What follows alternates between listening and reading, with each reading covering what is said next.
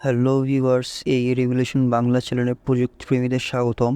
Google deep mini score নামে একটি নতুন পদ্ধতি তৈরি করেছে যা এআই মডেলকে মানুষের সাহায্যের প্রয়োজন ছাড়াই তাদের নিজস্ব ভুল সংশোধন করতে শেখায়। আসুন সেই সমস্যাটি নিয়ে শুরু করি যার সমাধান প্রয়োজন। যখন এলএমএস ভুল করে তখনই প্রায়শই তাদের নিজস্ব ভুলগুলি উপলব্ধি করার এবং একটি অর্থপূর্ণ উপায়ে সেগুলি সংশোধন করার ব্যবস্থার অভাব থাকে। বর্তমান এআই মডেলগুলিতে সেই প্রতিফলন নেই যদি না আপনি তাদের স্পষ্টভাবে গাইড করেন। যদিও তারা জটিল কিছু সমাধান করার জন্য প্রয়োজনীয় পদক্ষেপগুলি জানে, তারা সেই জ্ঞানটি গতিশীলভাবে প্রয়োগ করতে পারে না। এটি বহু পদক্ষেপের কাজগুলিতে বিশেষত সমস্যাযুক্ত হয়ে ওঠে, যেখানে প্রথম দিকে একটি ভুল পদক্ষেপ সম্পূর্ণ ভুল চূড়ান্ত ফলাফলে ক্যাসকেড করতে পারে। এটির কাছাকাছি যাওয়ার সাধারণ পদ্ধতির মধ্যে প্রম্পট ভিত্তিক সমন্বয় বা একাধিক প্রচেষ্টা জড়িত, কিন্তু তারা প্রায়শই ধারাবাহিকভাবে কাজ করে না, বিশেষ করে যখন মডেলটি জটিল সমস্যার সম্মুখীন হয় যার জন্য বিভিন্ন স্তরের যুক্তির প্রয়োজন হয়। গুগল ডিপ মাইন্ড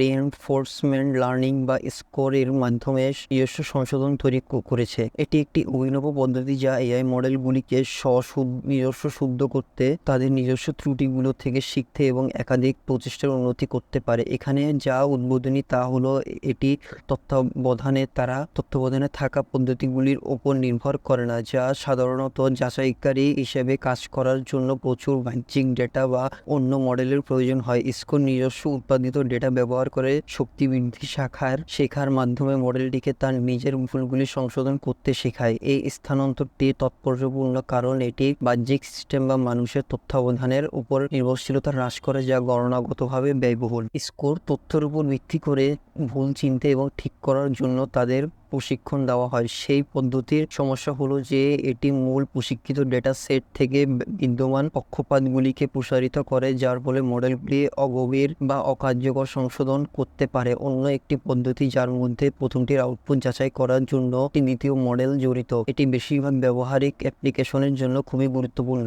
এছাড়া যখন মডেলটিকে যে ডেটাতে প্রশিক্ষণ দেওয়া হয় তা বাস্তব বিশ্বের পরিস্থিতির সাথে পুরোপুরি মেলে না, তখন তা দ্রুত ভেঙে যেতে পারে। দুই পর্যায়ে প্রশিক্ষণ প্রক্রিয়া চালু করার মাধ্যমে স্কোর তা বিরত থাকে। প্রথম পর্যায়ে মডেলটিকে ছোটখাটো সম্পাদনাগুলিতে আটকে না গিয়ে গুরুত্বপূর্ণ সংশোধন তৈরি করতে শেখানো হয়, যা সত্যি ফলাফলকে পরিবর্তন করে না। এআই মডেলগুলি অন্তর্নিহিত সমস্যাটি সমাধান করার পরিবর্তে উত্তরের ছোট অংশগুলিকে পরিবর্তন করে। স্কোরের প্রথম পর্যায়টি একটি শক্তিশালী সংশোধন কৌশল তৈরি করে, যাতে মডেলটি যখন তার প্রতিক্রিয়াতে একটি সমস্যা চিহ্নিত করে তখন এটি শুধুমাত্র চকচকে করার পরিবর্তে উল্লেখযোগ্য পরিবর্তন করতে পারে। তারপরে আসে দ্বিতীয় পর্যায়ে, যা মাল্টি-টার্ন রিইনফোর্সমেন্ট লার্নিং ব্যবহার করা হয়। এই ধারণাটি হলো যে প্রতিটি পাসের সাথে মডেলটিকে পুরস্কার সিস্টেমকে সঠিকভাবে আকার দিয়ে তার প্রতিক্রিয়ার নির্ভুলতা উন্নত করতে শিখতে হবে। গুগল ডিপ মাইন্ড এটি তৈরি করেছে যাতে মডেলটিকে শুধুমাত্র ন্যূনতম পরিবর্তন না করে সামগ্রিক নির্ভুলতা উন্নত করার জন্য পুরস্কৃত করা হয়। এটি অনেক বেশি দক্ষ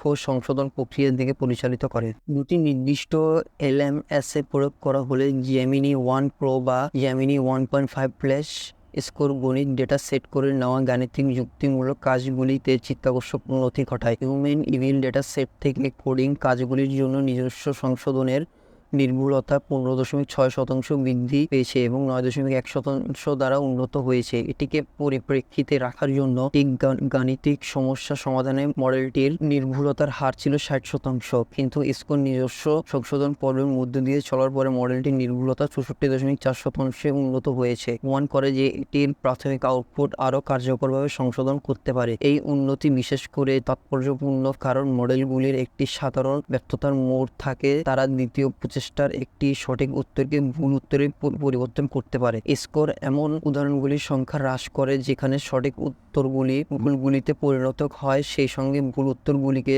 সংশোধন করে। উদাহরণস্বরূপ, গণিত সমস্যার সংশোধনের হার 4.6% থেকে 5.8% চলে গেছে, যার অর্থ মডেলটি নিজের থেকে আরও ত্রুটি সংশোধন করেছে এবং এটি আরও কার্যকর করেছে। কিন্তু যা স্কোরকে বিশেষভাবে প্রতিশ্রুতিশীল করে তোলে তা হলো বিভিন্ন ডোমেনে, শুধু গণিত নয়, প্রোগ্রামিংয়ে সাধারণীকরণ অনুকরণ করার ক্ষমতা। কোডিং এর দিক থেকে হিউম্যান ইভিল বেঞ্চমার্কে পরীক্ষা করার সময় এটি নিজস্ব সংশোধনের নির্ভুলতার 12.2% উন্নতি অর্জন করেছে। প্রযুক্তিগত ফাইন টিউনিং পদ্ধতিগুলি সমস্যাযুক্ত কারণ তারা প্রায়শই স্ট্যাটিক ডেটার উপর নির্ভর করে। উদাহরণস্বরূপ তত্ত্বাবধানে থাকা সূক্ষ্ম টিউনিং ব্যবহার করে তার ভুলগুলি ঠিক করার জন্য প্রশিক্ষিত একটি মডেল যখন বাস্তব জগতে ভিন্ন কিছুর মুখোমুখি হয় তখন প্রশিক্ষণের ডেটাতে উপস্থিত পক্ষপাতের মধ্যে লক হয়ে যায়। ট্রেনিং ডিস্ট্রিবিউশন এবং রিয়েল ওয়ার্ল্ড ইনপুটের মধ্যে বড় সমস্যার সৃষ্টি করতে পারে। স্কোর এই সীমাবদ্ধতাকে বাইপাস করে মডেলটির শক্তি বৃদ্ধি শেখার মাধ্যমে নিজস্ব উৎপন্ন ডেটার সাথে কাজ করার অনুমতি দিয়েছে। এটি যে ভুলগুলি করে তার উপর ভিত্তি করে এটি গতিশীলভাবে তার পদ্ধতির সামঞ্জস্য করে এবং প্রতিটি পুনরাবৃত্তির সাথে আরও ভালো হওয়ার জন্য নিজেকে পুরস্কৃত করে। এই ফলাফলগুলি অর্জনের জন্য স্কোরের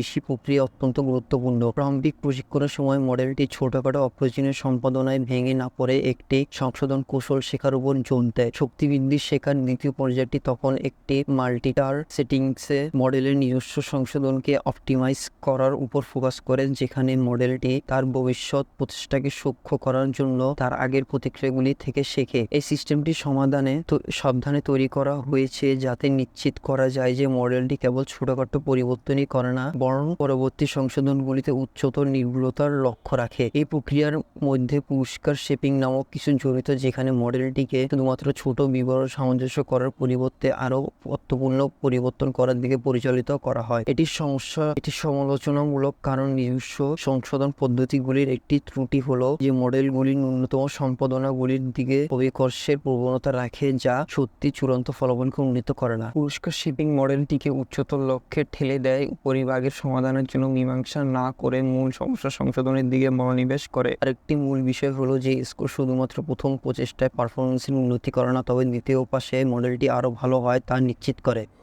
গুগল মাইন্ড দেখেছে যে মডেলের নিজস্ব সংশোধন ক্ষমতা শুধু নির্ভুলতাতেই নয়, বরং জিনিসগুলোকে আরও খারাপ না করে কতটা দক্ষতার সাথে ত্রুটি সংশোধন করেছে তাতেও উন্নতি হয়েছে। এটি সঠিক প্রতিক্রিয়াগুলির সংখ্যা হ্রাস করে অর্জন করা হয়েছিল, যা বহুলভাবে দ্বিতীয় প্রচেষ্টার সময়গুলিতে পরিবর্তিত হয়েছিল। গবেষণাটি সম্পাদনা দূরত্বের অনুপাতের উপর ঘনিষ্ঠভাবে নজর দিয়েছে, মূলত মডেলের দ্বিতীয় প্রতিক্রিয়া প্রথমটির থেকে কতটা আলাদা তা দেখেছে। যে প্রথাগত পদ্ধতিতে প্রশিক্ষিত মডেলগুলি এটিকে নিরাপদে খেলার প্রবণতা রাখে, ছোটখাটো সমন্বয় করে এবং প্রাথমিক উত্তরের কাছাকাছি থাকে, কিন্তু স্কোরের সাথে এআই যখন প্রয়োজনে উল্লেখযোগ্য সম্পাদনা করতে ইচ্ছুক ছিল তা অর্থপূর্ণ সংশোধনের চাবিকাঠি। ছোটখাটো সম্পাদনায় ভেঙে না পড়ে বৃহত্তর আরও প্রভাবশালী পরিবর্তন করার এই ক্ষমতায় আগের পদ্ধতিগুলি থেকে স্কোরকে আলাদা করে। স্কোরের বৃহত্তর প্রভাব সংশোধনের উন্নতির বাইরেও যায়। গুগল ডিপ মাইন্ড মূলত যা করেছে তা হলো এআই মডেলগুলির জন্য ভিত্তি তৈরি করা, যা